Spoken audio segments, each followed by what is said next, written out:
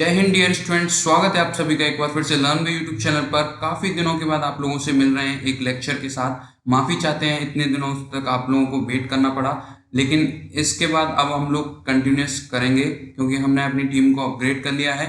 तो इसमें हम लोग इलेक्ट्रॉनिक डिवाइस के 4th लेक्चर को कवर करने जा रहे हैं। ट्रांजिस्टर है जो कि आपका सेकंड लास्ट पार्ट होगा। इसके बाद हम लोग लॉजिक गेट्स को कवर करेंगे इस लेक्चर से, और लॉजिक गेट्स वाले लेक्चर से एक क्वेश्चन के आने के बहुत ज़्यादा चांसेस हैं। तो इस वीडियो को और आने वाली वीडियो को ध्यान से ज़रूर देखिएगा। उसके लिए आप लोग चैनल को सब्सक्राइब कर सकते हो और बेल आइकन को ज़रूर दबाइएगा जिससे कि आपको नेक्स्ट वीडियो की नोटिफिकेशन तुरंत मिल सके। तो चलिए स्टार्ट करते हैं। इसमें हम लोग क्या पढ़ने वाले हैं, सबसे पहले हम वो देखेंगे। तो आज हम लोग करेंगे सबसे पहले ट्रांजिस्टर का इंट्रोडक्शन, ट्रांजिस्टर क्या होता है, और फिर हम लोग उसके टाइप्स के बारे में जानेंगे, PNP और NPN, और फिर हम लोग करेंगे उसके कॉन्फ़िगरेशन के ऊपर बात, और फिर हम लोग ट्रांजिस्टर एज एन एम्पलीफायर का एप्लीकेशन देखेंगे, यानी कि ट्रांजिस्टर का एप्लीकेशन जो कि एम्पलीफायर के तौर पर यूज़ किया जाता है, और इनमें से कौन सी कॉन्फ़िगरेशन का बेस्ट रहता है इसके बारे में भी हम बात करेंगे। और फिर हम लोग लास्ट में हर बार की तरह MCQ को कवर करेंगे। और इस लेक्चर के नोट्स आप लोगों को मिल जाएंगे लर्न वे डिफेंस नोट्स ऐप पर। ये आपका सेकंड वर्जन है, इसको जाकर जरूर इंस्टॉल कीजिएगा। सभी PDFs अवेलेबल हैं। जो PDF अवेलेबल नहीं होती उसके लिए आप हमें व्हाट्सएप कर सकते हैं, और प्रैक्टिस के लिए आप लोग लर्न वे प्राइम ऐप को डाउनलोड कीजिएगा। डेली फ्री टेस्ट भी इस पे स्टार्ट कर दिए गए हैं। 30 DFT यानी डेली फ्री टेस्ट पब्लिश्ड हैं। तो जाइए ऐप को इंस्टॉल कीजिए और उन्हें लगाइए। और प्राइम टेस्ट सीरीज भी आपकी रीओपन हो चुकी है, यानी कि जो स्टूडेंट पहले रह गए थे वो अब रजिस्टर कर सकते हैं, जैसे कि एग्जाम पोस्टपोन हो चुका है। तो चलिए स्टार्ट करते हैं। सबसे पहले अब हम लोग करेंगे ट्रांजिस्टर का इंट्रोडक्शन। तो ट्रांजिस्टर जो नेम है वो है ट्रांसफर ऑफ रजिस्टर। आप लोग चाहें तो इनको पॉइंट्स में नोट कर सकते हैं, जो कि आपको काफ़ी काम में आएगा। शॉर्ट नोट्स बनाते हुए जाइए। तो ट्रांजिस्टर जो बेसिकली आपका होता है उसमें आपके 3 सेमीकंडक्टर होते हैं, चाहे वो आपका P हो या N हो, लेकिन वह होते हैं अल्टरनेटिव में, यानी कि PNP या NPN।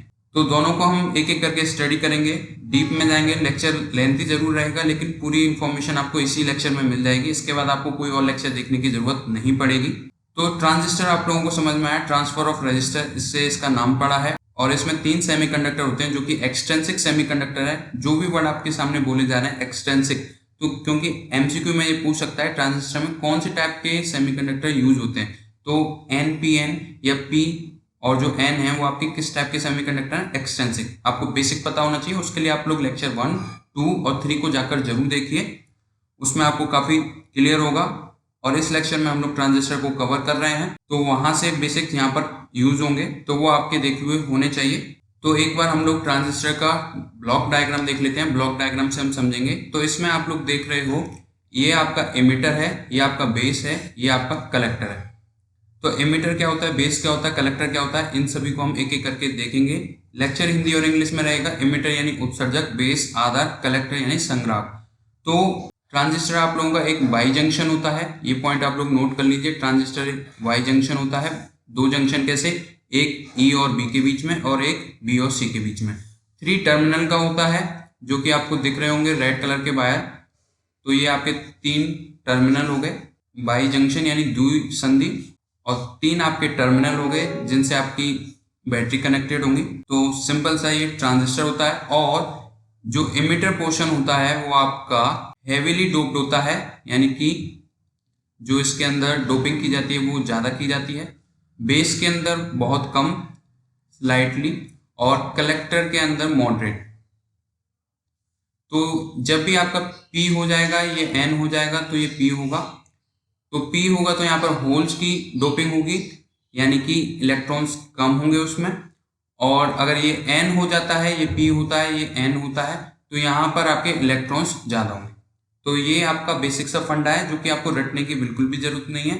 अगर आपको पता है P क्या होता है, P में होल्स मेजर चार्ज कैरियर होते हैं, और N में यानी कि N टाइप सेमीकंडक्टर में इलेक्ट्रॉन्स आपके मेजर चार्ज कैरियर होते हैं। तो आपको ये ध्यान रखना है। और इमिटर जो होता है वो आपका फॉरवर्ड वाइज में होता है। 3rd पॉइंट आप लोग लिख सकते हो, इमिटर आपका फॉरवर्ड वाइज में होता है, और कलेक्टर आप लोगों का रिवर्स वाइज में। ठीक है, तो बेस आपका एडजस्ट हो जाएगा जिस तरीके से आप लोग कनेक्शन करोगे। अगर ये आपका फॉरवर्ड वाइज में है, तो जो P के कनेक्शन हैं, यानी कि P टाइप के, जो बैटरी का टर्मिनल कौन सा कनेक्ट होगा, इससे पॉजिटिव कनेक्ट होगा बैटरी का।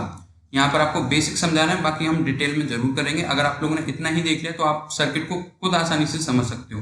तो थोड़ा पेशेंस बनाए रखें इस तरीके से। तो ये बेस आपका ऑटोमेटिकली नेगेटिव से कनेक्ट हो गया, जो कि आपका एन है। तो ये आपका जो एमिटर कॉन्फ़िगरेशन हो गई वो आपकी किससे कनेक्ट हो गई, फॉरवर्ड वाइस में। और जो आपका कलेक्टर है जो कि फिर से पी है, लेकिन इसको अब हमें रिवर्स वाइस में कनेक्ट करना है। तो जो हमारा ये टर्मिनल होगा वो किससे कनेक्ट होगा, नेगेटिव से। तो ये हमने आपको ट्रांजिस्टर के बारे में बेसिक आइडिया दिया है और इसको अभी हम लोग डिटेल में करने वाले हैं। तो आप टेंशन बिल्कुल मत लीजिए, थोड़ा पेशेंस बनाए रखिए जिससे कि आपको लेक्चर पूरी तरीके से समझ में आए। तो नोट्स की आपको टेंशन करने की जरूरत नहीं है, नोट्स के लिए आपके लिए लिखा हुआ है, आप लोग इसे पढ़ सकते हो। जब दो थिक सेमीकंडक्टर के बीच में एक थिन सेमीकंडक्टर को फ्यूज किया जाता है, उस अरेंजमेंट को हम लोग ट्रांजिस्टर बोलते हैं या by junction device. By junction device क्यों बोलते हैं, हमने अभी देखा कि इसमें दो जंक्शन है, एक ई और बी और एक बी और सी। तो ये बाई जंक्शन हो गया और ये थिन सेमीकंडक्टर हो गया। थिन सेमीकंडक्टर को दो थिक सेमीकंडक्टर के बीच में जब अरेंज किया जाता है तो उस टाइप के अरेंजमेंट को हम लोग ट्रांजिस्टर बोलते हैं। आई होप आपको डेफिनेशन भी क्लियर हुई होगी। आप लोग अपनी कॉपी में नोट कर सकते हो, स्क्रीनशॉट ले सकते हो या लर्न विद डिफेंस ऐप को डाउनलोड कर सकते हो इन नोट्स के लिए। तो चलिए अभी हम लोग इन मेजर रीजन के बारे में बात करेंगे। ट्रांजिस्टर के जो तीन मुख्य भाग हैं उनके बारे में हम लोग बात करेंगे। तो जैसा कि आपको पता है 3 मेन रीजन अभी हम लोगों ने देखे थे, जो डायग्राम के अकॉर्डिंग एमिटर, बेस और कलेक्टर, यानी कि उत्सर्जक, आधार और संग्राहक। तो ये आप लोगों का डायग्राम है, ब्लॉक डायग्राम से हम समझेंगे, बहुत ही ज्यादा क्लियर होने वाला है। तो एक एक करके हम लोग इनके बारे में पढ़ेंगे। जैसे कि आपको पता है 3 रीजन होते हैं, एमिटर, बेस और कलेक्टर। तो सबसे पहले हम लोग डिस्कस करेंगे एमिटर के बारे में। उत्सर्जक क्या होता है, तो ये हमने देखा हाईली डोप्ड होता है। आप इन पॉइंट्स को जो हमने स्टार्टिंग में बताए थे उन्हें अब आप नोट कर सकते हो। एमिटर हाईली डोप्ड होता है, यानी कि डोपिंग ज्यादा होती है। अगर ये पी टाइप का है तो इसमें होल्स ज्यादा होंगे, और ये अगर एन टाइप का तो इसमें इलेक्ट्रॉन्स ज्यादा होंगे in comparison to collector. Base तो आपका थिन है ही है तो इसमें कम ही आएगा, लेकिन एमिटर जो है आपका हाईली डोप्ड होता है और ये साइज में थोड़ा स्मॉलर होता है किससे, कलेक्टर से। तो ये बात आप लोग ध्यान रखिएगा, पूछ सकता है कभी भी एमसीक्यू में, तो ये पॉइंट्स आपके क्लियर होने चाहिए। और जो एमिटर होता है वो आपका फॉरवर्ड बायस में होता है। जब भी हम लोग कनेक्शन करेंगे तो ये फॉरवर्ड बायस में कनेक्ट किया जाएगा। तो जैसे कि आप लोग लिखा हुआ है the region from which electrons और होल्स आर इमिटेड। तो यहाँ पर अगर पी टाइप का है तो होल्स इससे इमिट होंगे, इमिटर नाम है जैसे कि इसका। और अगर एन टाइप का है तो इससे इलेक्ट्रॉन्स इमिट होंगे। क्लियर है।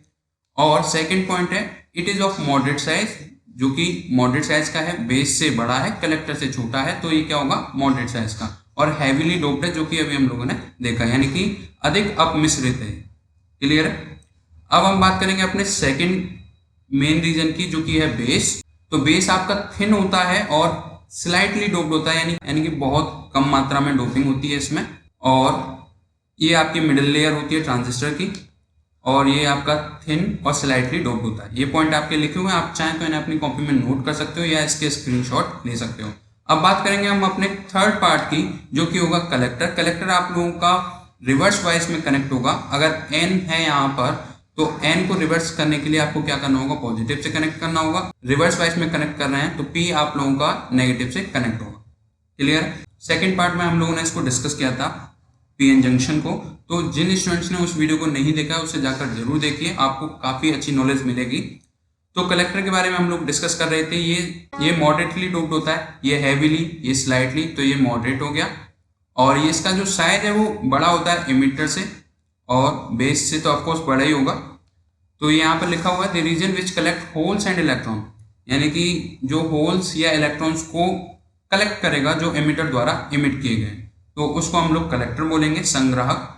और ये आपका लार्ज इन साइज होता है कंपेयर टू एमिटर, और मॉडरेटली डोप्ड होता है। तो ये पॉइंट्स आई होप आपको समझ में आए होंगे, आप लोगों ने लिखे होंगे, टू दी पॉइंट नॉलेज है। तो इस बात के लिए वीडियो को लाइक कीजिए, अपने दोस्तों के साथ शेयर जरूर कीजिए, जिससे कि और ज्यादा स्टूडेंट्स इसका लाभ उठा सकें। तो अभी हम लोगों ने मेन रीजन को समझा, अब हम लोग रेडी हैं ट्रांजिस्टर के टाइप को समझने के लिए। ये आपको दिमाग में क्लियर हो गया है, एमिटर क्या होता है, बेस क्या होता है, कलेक्टर क्या होता है, किसके क्या क्या फंक्शन होते हैं, कौन किस टाइप का है, यानी हैवीली डोप्ड है, स्लाइटली डोप्ड है या मॉडरेटली डोप्ड है, किसका साइज बड़ा है, और कौन किस टाइप से कनेक्ट किया जा रहा है, यानी फॉरवर्ड वाइस में या रिवर्स वाइस में। आई होप आपको ये सारे पॉइंट्स क्लियर हुए होंगे, तभी आप लोगों को एनपीएन और पीएनपीएन ट्रांजिस्टर समझ में आएगा। फिर उसके बाद हम लोग एम्पलीफायर को करेंगे। तो चलिए देख लेते हैं टाइप्स ऑफ ट्रांजिस्टर। ट्रांजिस्टर के दो टाइप होते हैं, पीएनपी एंड एनपीएन ट्रांजिस्टर। ठीक है।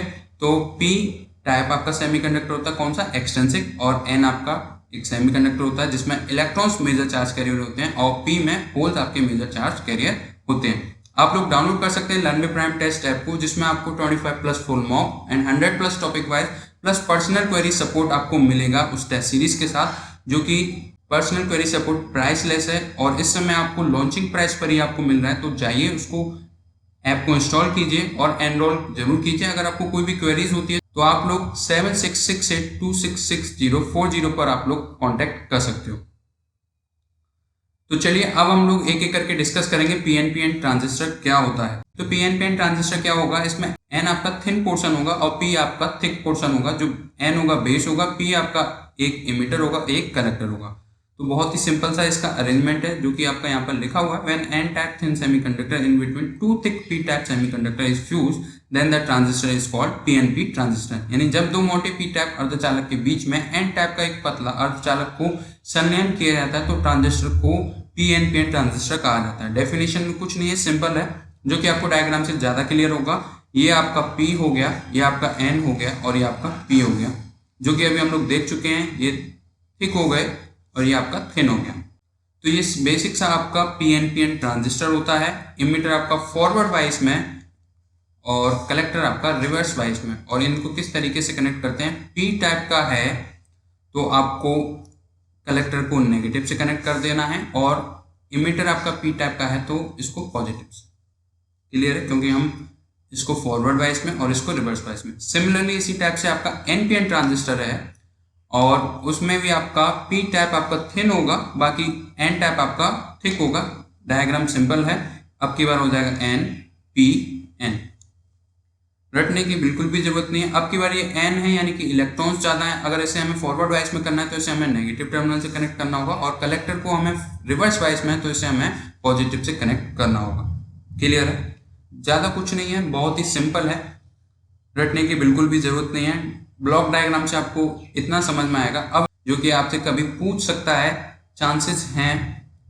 चांसेस कम है लेकिन पूछ सकता है, इसलिए नॉलेज के लिए आप लोग इसके का सिंबल कैसा होता है, सिंबलिक डायग्राम। तो ये आपका सिंबॉलिक डायग्राम है। इसमें क्या है, आपके 3 टर्मिनल निकल गए। अब एग्जामिनर आपको एक एरो लगा के देगा। अगर उसने एरो इस टाइप से लगा के दी तो सबसे पहले आप लोग एक बेसिक पॉइंट पर बात कीजिए। ये आपका सर्किट है, ये पॉजिटिव और ये नेगेटिव, ये आपका सर्किट है। तो उसमें जो करंट की डायरेक्शन होगी वो किस डायरेक्शन में होगी, करंट ऑब्वियसली इस टाइप से जाएगा। ठीक है, तो यही आपको अब यहाँ पर देखना है। एक टर्मिनल पे ही आपको एरो देगा और जो एरो देगा वो आपका इमिटर पोर्शन होगा। अभी आपको यहाँ से ये पहचानना है, यहीं पर आपको हम पहचानना बता रहे हैं जिससे कि आपको रटना ना पड़े। अगर हम आपको पहले बता देंगे तो आप उसे रटने की कोशिश करोगे। यहाँ पर हम आपको डायरेक्ट पहचानने की कोशिश करा रहे हैं। तो जिस तरफ एरो दी होती है वो आपका होता है इमिटर पोर्शन, यानी कि हमें यहाँ से पता चल गया ये इमिटर है, ये बेस हो गया और ये कलेक्टर हो गया। इतनी बात हमें यहाँ से पता चली। अब ये एनपीएन है या पीएनपी है, ये आपको और थोड़ा सा मेहनत करनी होगी और उसके बाद आपको पता चल जाएगा। अगर ये एनपीएन होता है तो करंट आपका इस डायरेक्शन में होगा, यानी कि करंट आपका बाहर जाएगा इमिटर से बाहर की तरफ। लेकिन यहाँ पर क्या हो रहा है, इमिटर में अंदर की तरफ आ रहा है तो ये क्या हो जाएगा, पी टाइप का। अल्टरनेटिव में ये एन और ये आपका पी। क्लियर हुआ होगा। एक बार और रिवाइज करते हैं। एरो आपकी इमिटर की अंदर की तरफ आ रही है, जो कि आपका पिछला वाला डायग्राम था। अगर इसको हम पी एन पी कर लेते हैं और तो ये इस तरीके से फॉरवर्ड वाइस में था। ठीक है, तो जब एरो आपकी अंदर की तरफ आ रही है, ये देखिए अंदर की तरफ आ रही है, जिस टर्मिनल पे ये एरो दी होती है वो हमारा इमिटर होता है। तो इमिटर आपका ये कौन सा हो जाएगा, पी टाइप का, और यही इसका दूसरा डायग्राम बनेगा।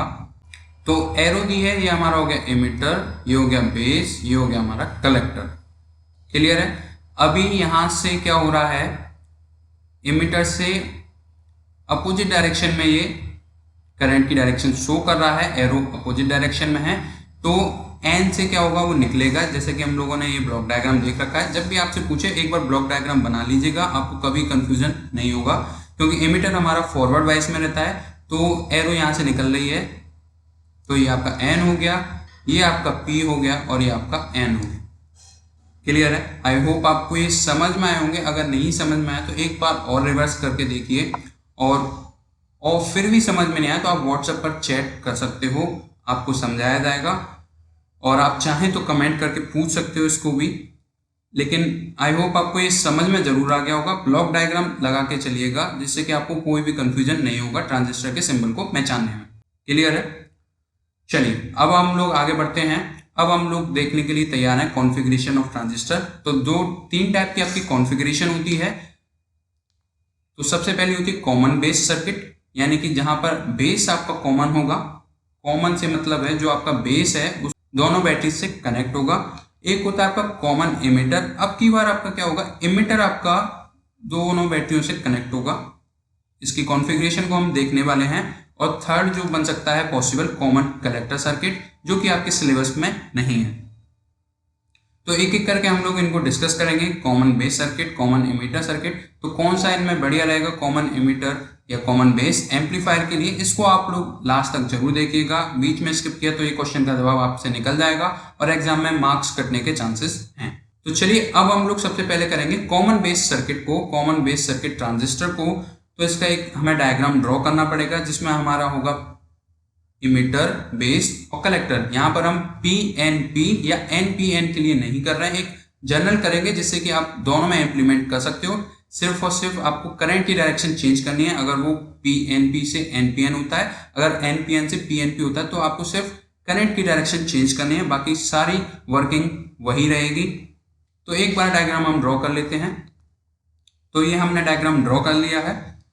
तो इमिटर में अगर ये डायरेक्शन इस तरीके से आ रही है तो आपको अंदाजा लग जाएगा पॉजिटिव से कनेक्ट है। फॉरवर्ड वाइज में तो ये कौन सा होगा, P।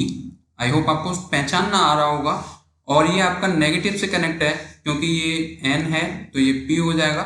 ठीक है, तो ये आपका PNP कॉन्फ़िगरेशन है। जिस तरीके से हमने एरो दी, आपको एक बार और पहचानने का मौका दिया। तो इमिटर का करंट हो गया IE, वोल्टेज भी हो जाएगा इसका VE, या यहाँ पर हम लिख सकते हैं BE, और ये बेस से कनेक्टेड तो BEB। और इसी तरीके से ये हो जाएगा BBC या BCB, कलेक्टर बेस। क्लियर है? तो जैसे कि हम लोगों ने बोला कॉमन बेस, तो कॉमन बेस में आप लोग देख रहे हो बेस का जो टर्मिनल है वो दोनों बैटरी से कनेक्टेड है। और ये आपको डिसाइड नहीं करना है कि बेस को हमें पॉजिटिव से कनेक्ट करना है या नेगेटिव से। आपको सिर्फ इतना ध्यान रखना है, इमिटर आपका फॉरवर्ड वाइस में, कलेक्टर आपका रिवर्स वाइस में, आपका काम हो जाएगा। तो चूंकि ये P टाइप का है तो यहाँ पर होल्स की क्वांटिटी ज़्यादा होगी, यानी होल्स डेंसिटी ज़्यादा होगी। इलेक्ट्रॉन्स भी इसमें होंगे लेकिन होल्स ज़्यादा होंगे। अब ये पॉजिटिव से कनेक्टेड है तो जो होल्स हैं वो रिपेल करेंगे और इसमें जाएंगे, होल्स यहाँ पर आएंगे। और ये आपका नेगेटिव से कनेक्टेड है तो इसके जो होल्स हैं वो इस तरफ आएंगे। तो ये आपका PN जंक्शन हो जाएगा। और ये आपका थिन है, यानी कि लेस क्वांटिटी ऑफ इलेक्ट्रॉन है इसमें। तो ये आपका सिर्फ और सिर्फ 5% स्टोर करेगा, बाकी 95% ये आपका कलेक्टर में भेज देगा। कलेक्टर में क्या है, आपके फिर से होल्स हैं और होल्स आ जाएंगे जो कि नेगेटिव से कनेक्टेड है। तो ये आपके होल्स इस तरीके से यहाँ आएंगे, यानी कि इलेक्ट्रॉन्स आपका इस तरीके से जाएगा। तो करंट की डायरेक्शन आपकी इस डायरेक्शन में हो जाएगी। इलेक्ट्रॉन के अपोजिट डायरेक्शन में आपकी करंट की डायरेक्शन होती है, ये आपको पता होगा। तो जैसे कि देखिए यहाँ पर होल्स और आए तो इलेक्ट्रॉन्स आपके इस डायरेक्शन में आएंगे, तो करंट इलेक्ट्रॉन्स के अपोजिट डायरेक्शन में, क्योंकि इलेक्ट्रॉन आपके पॉजिटिव से अट्रैक्ट होंगे। इसी तरीके से होल्स आपके नेगेटिव से अट्रैक्ट होंगे। तो समझने में कोई भी प्रॉब्लम नहीं आ रही होगी डायरेक्शन को। तो जो करंट होगा एमिटर के थ्रू वो IE होगा, बेस के थ्रू IB होगा और कलेक्टर के थ्रू IC होगा। ठीक है, अब यहाँ पर हम लोग KCL लगाएंगे, किरचॉफ्स करंट लॉ। तो जैसा कि आपको पता होगा जंक्शन पे इनकमिंग करंट पॉजिटिव होता है और आउटगोइंग करंट नेगेटिव होता है। तो इस जंक्शन को अगर हम लोग लेके चलें तो हमें दिख रहा है IE हमारा बाहर जा रहा है प्लस IB हमारा इन हो रहा है, और इसी तरीके से IC भी आपका इन हो रहा है। क्लियर है? इक्वल टू में आपका 0, summation of all current equals to 0 at junction. तो यहां से हमारी एक इक्वेशन निकल कर आई, IE बराबर क्या हो जाएगा, IB प्लस IC। तो यहाँ से आपको एक इम्पोर्टेंट रिलेशन निकालने की जरूरत है। जो इमीटर करंट है वो ज़्यादा है किससे, IC से, क्योंकि I भी तो आपका स्मॉल है, जो कि हम ग्राउंड भी कर रहे हैं, नीचे जाके ये ग्राउंड हो जाएगा। I भी आपका स्मॉल है क्योंकि थिन है, लेस नंबर ऑफ इलेक्ट्रॉन्स हैं, तो 5% ये स्टोर करता है, बाकी 95% यहाँ आ जाता है। तो IC आपका लेस हुआ किससे, IE से, यानी IE is greater than IC। ये पॉइंट आपको नोट करने की जरूरत है। कभी कभी पूछ सकता है कि इमीटर का करंट जो होता है वो ज़्यादा होता है या कम होता है कलेक्टर के करंट से। तो ये पॉइंट आपको अपनी कॉपी में नोट करना है। शॉर्ट नोट्स के लिए आप लोग यूज कर सकते हो, चाहे वो आपका P हो या N हो, ये मैटर नहीं करता है। अब इसी का जस्ट अपोजिट आप लोग NPN कर सकते हो, सिर्फ और सिर्फ आपकी करंट की डायरेक्शन चेंज हो जाएगी। आई होप आपको ये डायग्राम समझ में आया होगा। यहाँ से एक रिलेशन आपको पता चल चुका है। 5% आप लोगों का बेस करंट रखता है, 95% आपके जो होल्स होते हैं इमीटर के कलेक्टर कलेक्ट करता है, जबकि 5% बेस आपका कलेक्ट कर पाता है। क्लियर है?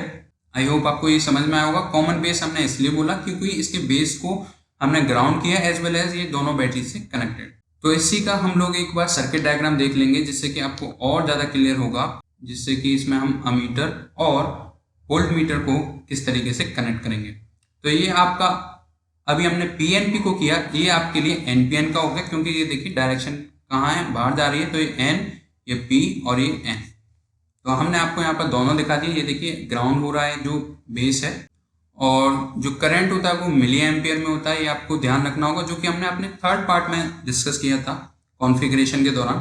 ठीक है, अब आपको कनेक्शन समझने में बिल्कुल भी प्रॉब्लम नहीं हो रही होगी, क्योंकि आपने कॉन्सेप्ट को समझ लिया है। अब आप खुद से कनेक्ट कर सकते हो और डायरेक्शन ऑफ करंट भी निकाल सकते हो। क्लियर हो रहा होगा।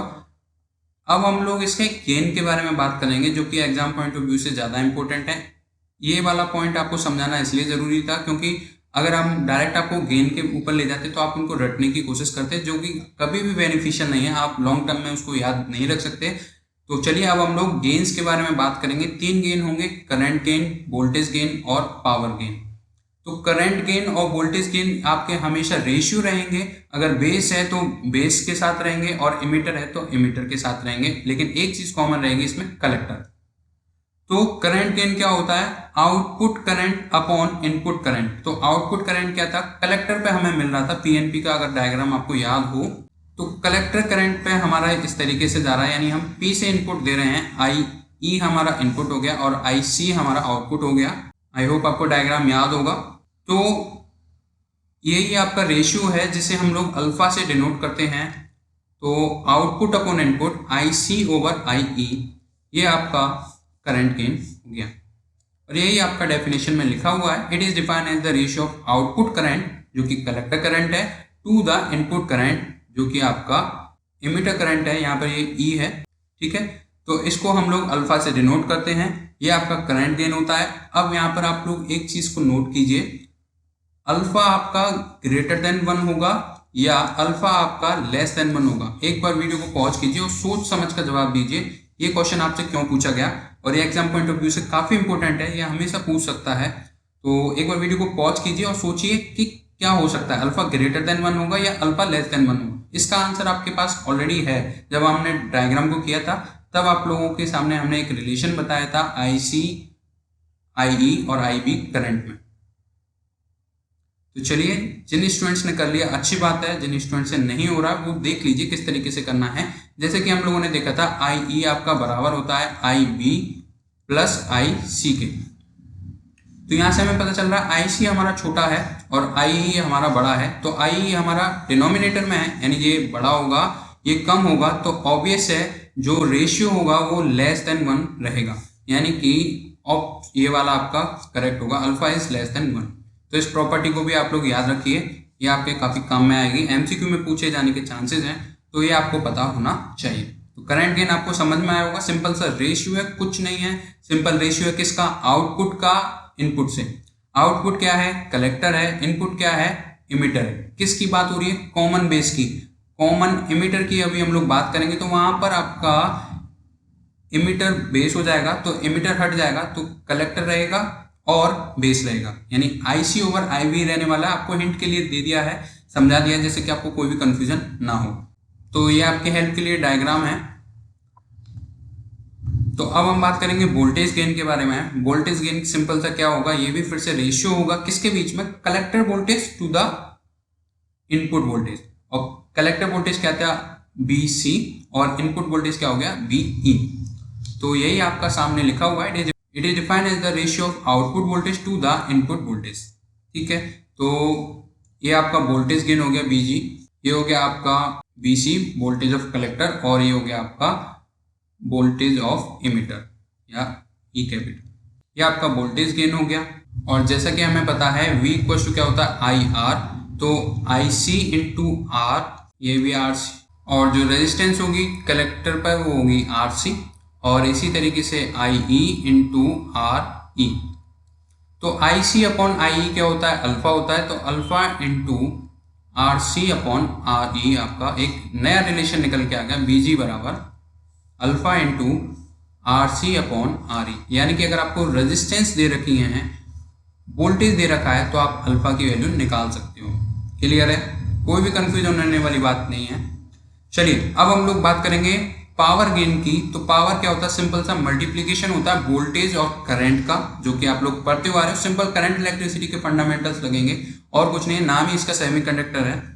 तो पावर गेन क्या होगा, मल्टीप्लीकेशन होगा वोल्टेज गेन और करंट गेन के बीच में। तो यही आपका लिखा हुआ है शक्ति लाभ, और पावर गेन आपका PG कर लेते हैं।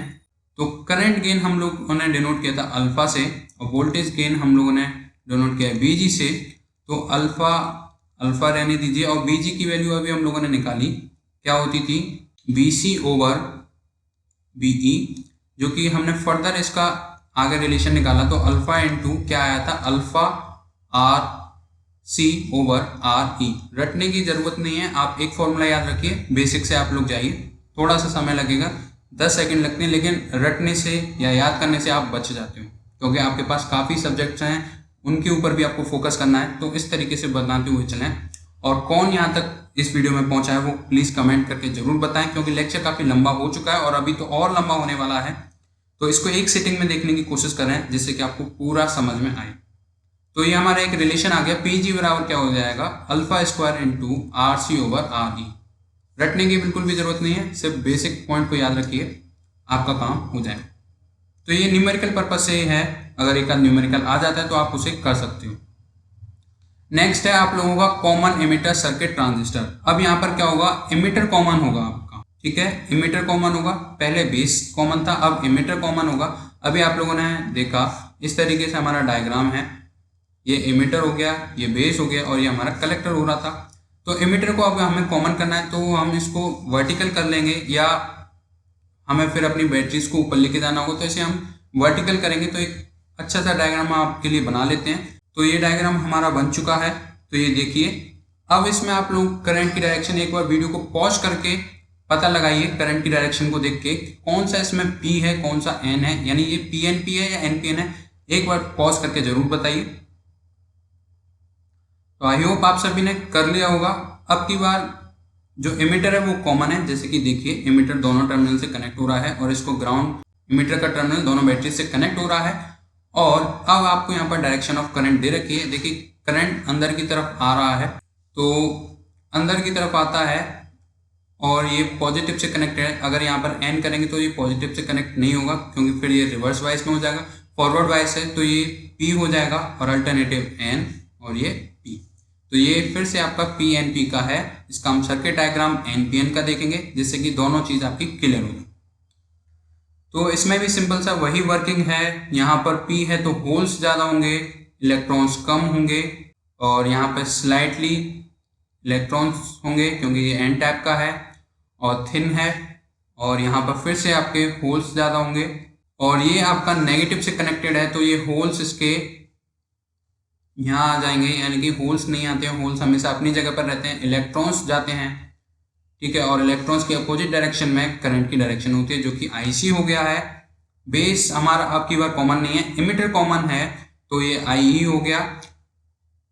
अभी देखिए पॉजिटिव से यहाँ पर करंट जा रहा है, तो ये पॉजिटिव से होल्स जाएंगे, तो होल्स यहाँ से रिपेल होंगे, और रिपेल होके सेकेंड रीजन में पहुंच जाएंगे, जो कि आपका बेस है। बेस में आपके इलेक्ट्रॉन्स हैं, लेकिन ये थिन है, तो ये 5% कलेक्ट करेगा, बाकी नेक्स्ट रीजन में ट्रांसफ़र कर देगा, जो कि 95% स्टोर करेगा, कलेक्ट करेगा, और वहाँ से आप लोगों का ये सर्किट कंप्लीट हो जाएगा।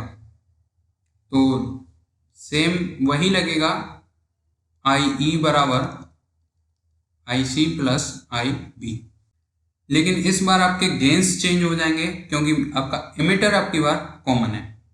ठीक है, तो इस बार जो इनपुट रहेगा वो आपका हो जाएगा बेस और आउटपुट आपका कलेक्टर। तो चलिए देख लेते हैं इसके वोल्टेज गेन को। यह आपका एक बार डायग्राम हो गया, सर्किट डायग्राम। यहाँ पर ये बाहर निकल कर आ रहा है, तो ये N, ये P और ये N। इस बार हमने एमिटर को ग्राउंड किया क्योंकि एमिटर हमारा कॉमन। क्लियर हो रहा होगा। ब्लॉक डायग्राम से आप लोग इसकी डायरेक्शन को पहचान सकते हो। ये सिंबल हमने आपको आइडेंटिफाई करना बता ही दिया है। तो जो हमारा बेस है इस बार वो इनपुट हो जाएगा और कलेक्टर आपका आउटपुट हो जाएगा। ठीक है, ये NPN की है, इसलिए करंट की डायरेक्शन से कंफ्यूज ना हो। तो चलिए अब हम लोग बात कर लेते हैं करंट गेन की कॉमन एमिटर सर्किट में। तो ये आपका फिर से रेशियो है आउटपुट करंट जो कि है कलेक्टर करंट, और अब की बार जो इनपुट करंट है वो बेस करंट है, इसलिए अब हम इसको बीटा से डिनोट कर रहे हैं। तो बीटा बराबर क्या हो जाएगा आपका IC ओवर IB। वहां पर क्या था IE था, तो ये थोड़ा सा चेंज है इन दोनों में, और इसके ऊपर आप लोग फोकस कीजिएगा। बीटा बराबर IC ओवर IB है, और अब की बार ये बीटा आपका ग्रेटर देन 1 होगा या बीटा आपका लेस देन 1 होगा। वीडियो को पॉज कीजिए और एक बार सोच कर देखिए।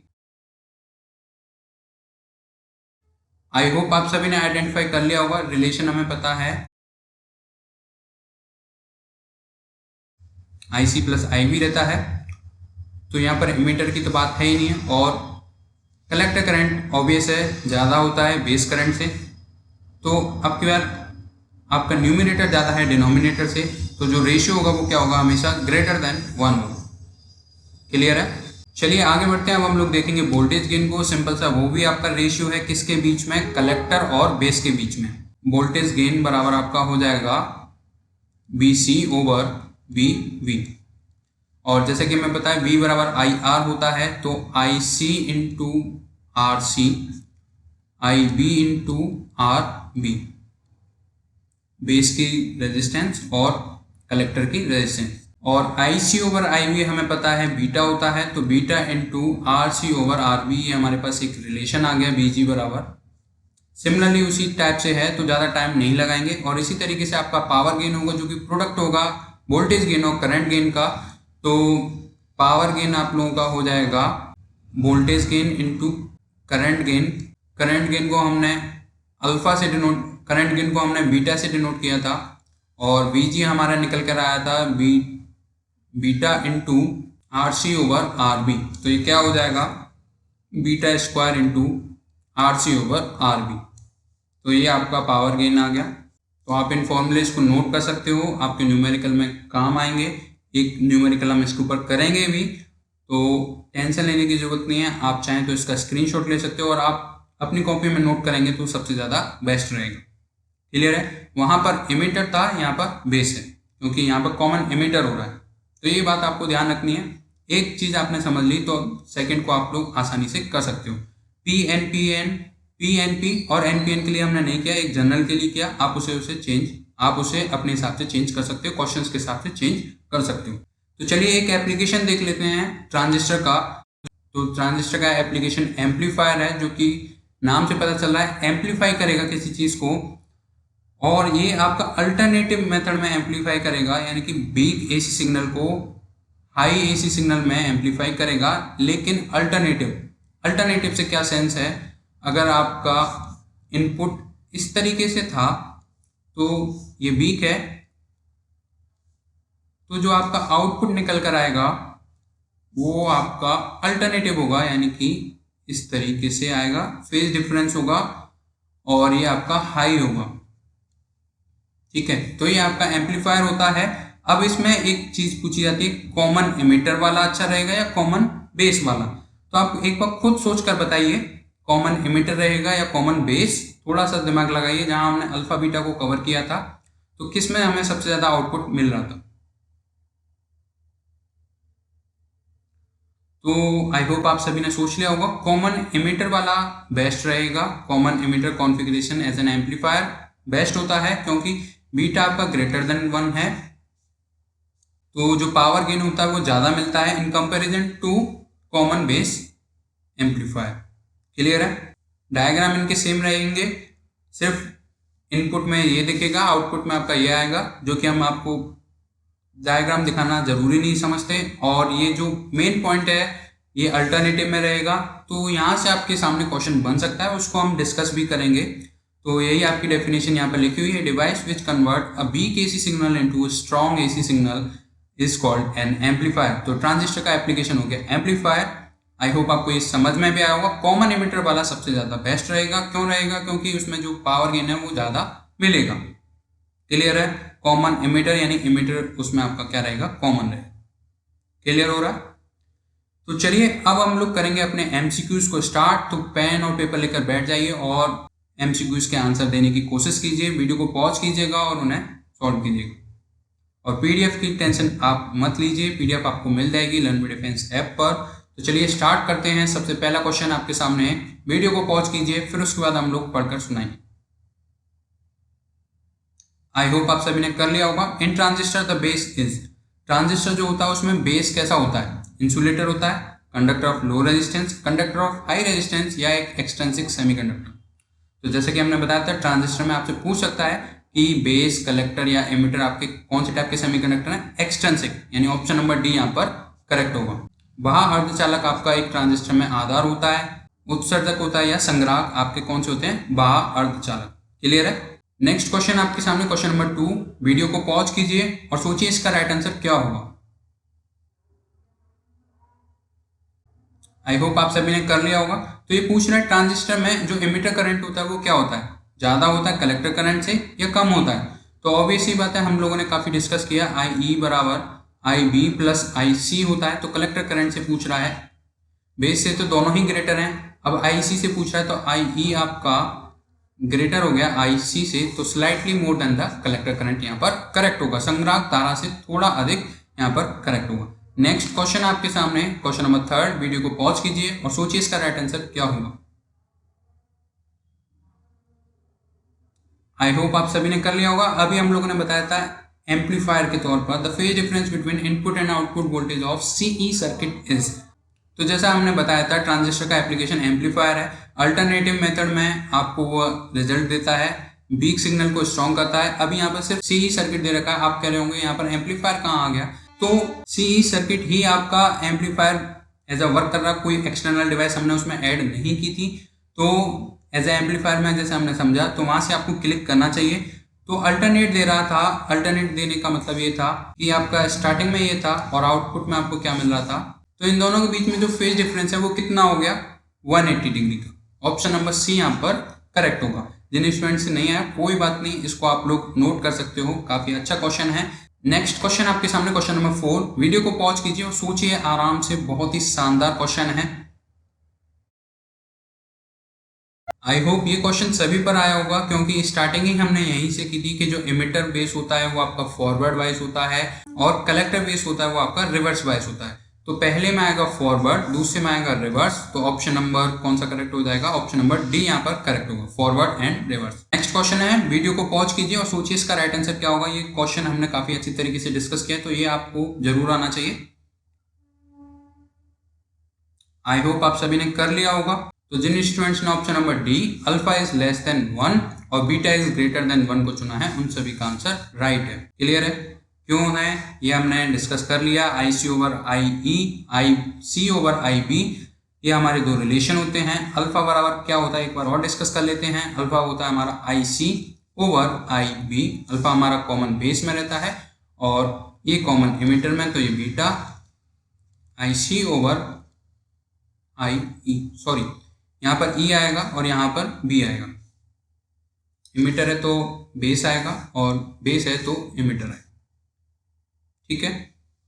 तो अल्फा हमारा लेस देन 1 रहता है। क्यों? क्योंकि आई ई बराबर क्या होता है? आई सी प्लस आई बी।